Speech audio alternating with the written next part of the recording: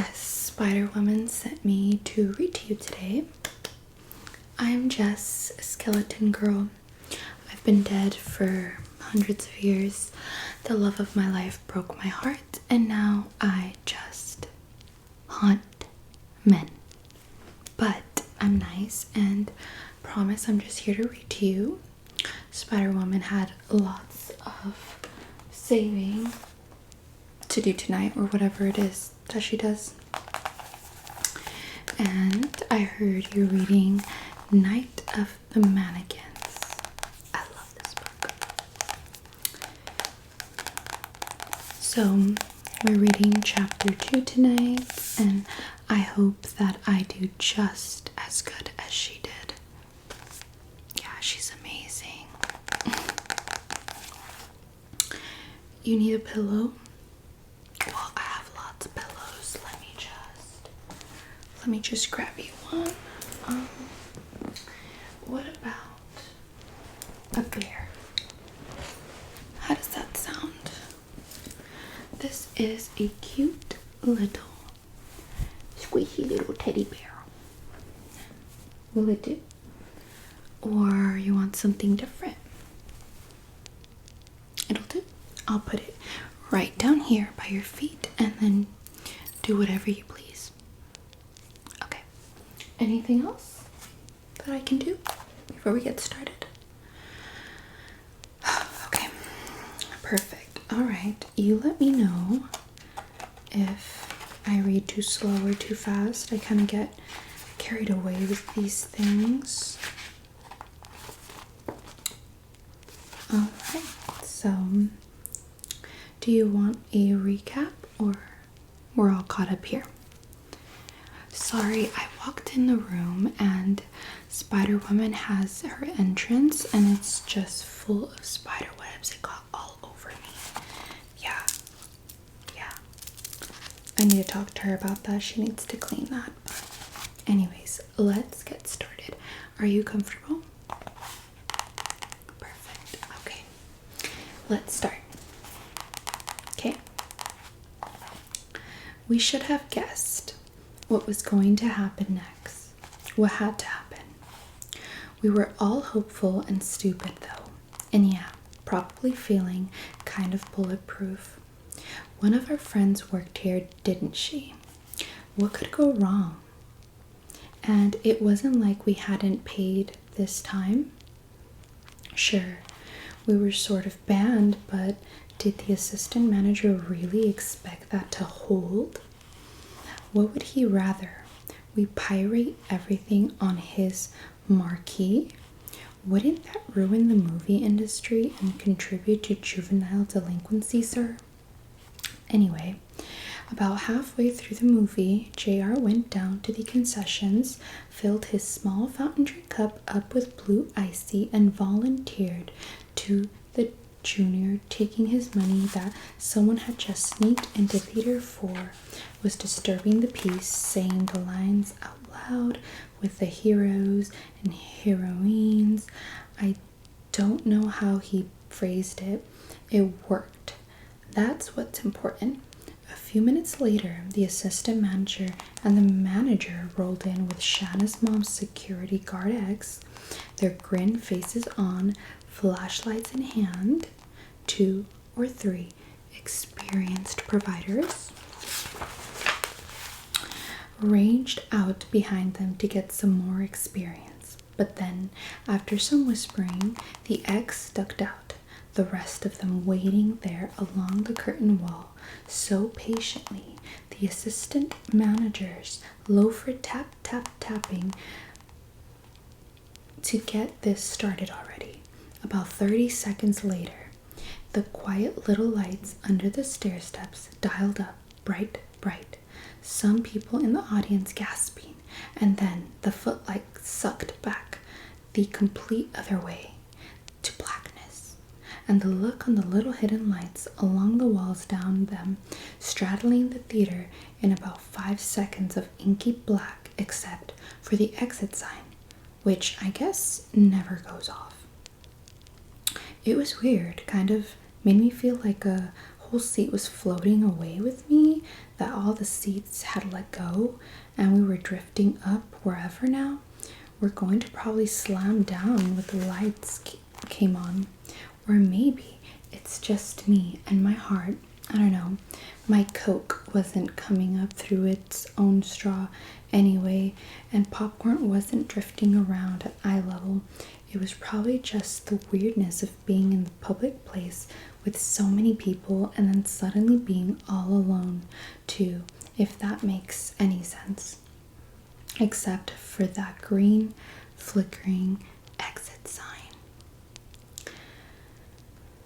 I use it for my anchor, told myself it wasn't getting smaller, that it wasn't sinking away from me, and held on to it as best I could until the security guard, X, at the light switch found the balance, brought the stairlights up a smidge like he'd probably been told to, and in his new glow, yes, just like we'd been praying, one of the experienced providers who'd been roped into this was Shanna.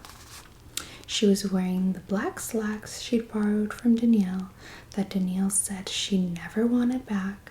They were all cinemucked up, and she had the green transparent visor on that everybody from the theater was wearing to promote that the new bank teller movie or whatever. It's not important. And while she didn't see me, I've thought and thought about this. I'm pretty sure she maybe did see. Danielle kind of tried to look away like, uh-oh. As it turned out, uh-oh was right. The manager and the assistant manager were ducking up and down the rows now, and we were all in far from each other.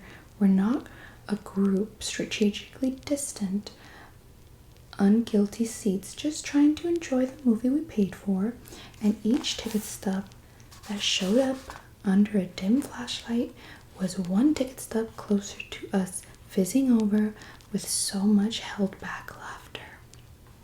We'd put Manny in the best seat in the house, of course. That translates to about the hardest one to get to. And since the manager was working from the top, the assistant manager from the bottom, it was also just about the last. I guess maybe the idea was that in a house half full like that one was, it being the 5th or 6th week of the movie already, the best seats would have been taken already, meaning the sneakers would have to take what's left. I was already planning how I wasn't going to say directly to Shanna that this was my idea, but she'd been able to connect the dots. We all knew which of us still had Manny, right? It was going to be perfect, wonderful, legendary, until the assistant manager actually got to the middle seat. I couldn't see Danielle's or Tim's or Junior's eyes, Shanna's neither, but I could feel them looking at me and each other. What we expected was for the assistant manager to startle and fall over the back of the seat in front of him, hopefully into someone's popcorn, which he'd then have to replace, or we expected him to immediately start trying to administer the CPR Shanna said she'd had to get certified in case of milk dud failure or whatever. Instead, the assistant manager lowered his flashlight down below knee level like he'd been doing to see the stubs and not blind everyone in the place, and then he nodded, kept crouching along that row. What the hell, right? What the fuckity fuck? What the fuck? And stood up from my seat too. I don't know. To call foul. To explain the joke and how wonderful it had been about to be. But as soon as I did, the dude behind me grumbled for me to sit. I sank down, but it was like my chair was still floating away, right? This did not track. Not even a little. Yes, Manny had a ticket. That was going to be the next part of the joke, but one of us was peeling it up from his shirt pocket, but Manny couldn't flash his own ticket. All Manny could do was sit there, and had the assistant manager not clocked at the frozen in place face, that empty expression that Ken doll shrugged out happiness, I shook my head. No. this wasn't right. This wasn't even the general arena of being close to right. If this prank wasn't working, then nothing held, right? Nothing was real. Everything was cut loose and falling just wherever. I didn't matter because rules didn't count anymore. And then, in the middle of forgetting how to breathe, how to process, how to not run shriekingly away into permanent crazy land, the assistant manager got to check my ticket just because he was authority and I was banned. I kept my face down, kind of atomic, let him do his necessary thing and slide right past. But then Tim, a few seats down, he couldn't find his stub anywhere, which pretty much figured for him. In trying to explain that he really did pay, the assistant manager finally figured out who he was, which instantly turned into a big thing. Shanna getting reeled into the all unawares, both of them getting marched down to the carpet stairs. I hardly looked up when they were led past, practically in cuffs. I just scooched my knees over to the side, kept my face down for the rest of the movie. Then, in dead space, after the failed and failing prank and the impossible afterplace of everything having gone wrong, I wasn't checked into the whole superhero parade on screen.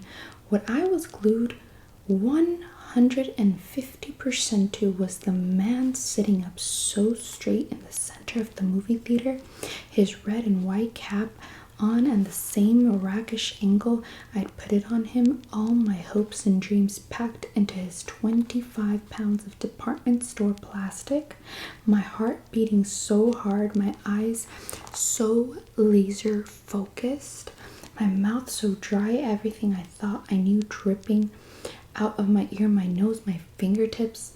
When the credits rolled, Manny didn't wait for the tag-on scene we knew came later.